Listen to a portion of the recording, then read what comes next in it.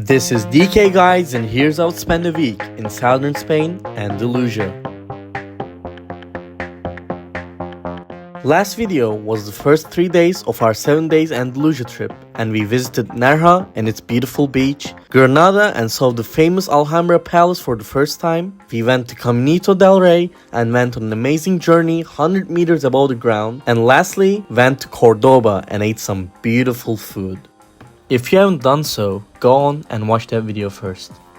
And now, we finally arrived at the capital and the biggest city of Andalusia, Seville. We were starving, so the first thing we had to do in Seville was get some tapas as usual. Honestly, there were some of the most unique tapas I had ever seen, and especially loved the goat cheese. We saw the great Catedral de Seville and walked around to check more of the architecture. There were also a lot of these carriages around that you'll see more later throughout Seville. Unlike any other cities we've been to so far, Seville was massive, so we decided to rent bikes to travel as a group. Coming directly from the Netherlands, even I was impressed by the bicycle roads throughout the city. Don't expect everyone to respect bikes as much as in the Netherlands though. We rode our bikes to Maria Luja Park and spent some time by the Plaza de España. I highly recommend everyone to come here, as this plaza is one of the most popular attractions. After having a romantic time there with the boys, we wanted to get a better sight of the entire city and went to Setas de Sevilla, or Mushrooms of Seville. This structure is located at La Encarnacion Square in the old quarter of Seville, and it has a performance square, restaurants, and most importantly, a rooftop where you can see the whole city from above. We were lucky enough to have been able to watch the sunset and look at the harmony of the cluster of houses. After walking through central streets, we came upon a local restaurant and ate some fresh seafood. The next day was going to be a big one for us because we visited the Alcazar. We had to wait quite a bit in line to get in, but we were accompanied by this nice show. This place was massive and so exotic. Even one of the scenes in Game of Thrones was shot here, and you can probably tell why. Beautiful trees, peacocks, and the architecture all so beautiful, and it was definitely one of the highlights of Seville. After Seville, we went on our way to Ronda. We had a beautiful road trip and stopped over at Zahara de la Sierra. This is a small village next to a dam, and it is definitely worth seeing.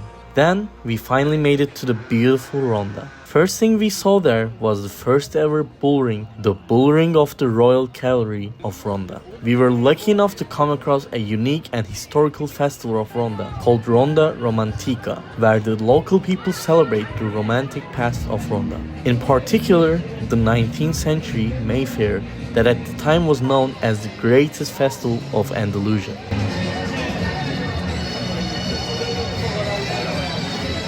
The streets were decorated beautifully during that time as well. Ronda is a crucial part of Andalusia, and you cannot miss this place. You can also find attractions such as Puente Nuevo and many more. After having a wonderful time in Ronda, we visited another village close by named Setenil de las Bodegas. This town is known for its dwellings built into rock overhangs. I recommend visiting here and taking a coffee break while you watch this amazing scenery. It had been a while since we were at the shore, so Cadiz was going to be a great refreshment. Cadiz is one of the oldest continuously inhabited cities in southern Europe and has distinct features like its architecture. Even though it's by the Atlantic Ocean and not by the Mediterranean like back in Nerja, swimming here was just fine. We ate this huge sandwich with tortilla de patatas in it just for €3, and then we got to walking around the city. We stayed over the night and watched the sunset over the coast before going to Marbella the next day.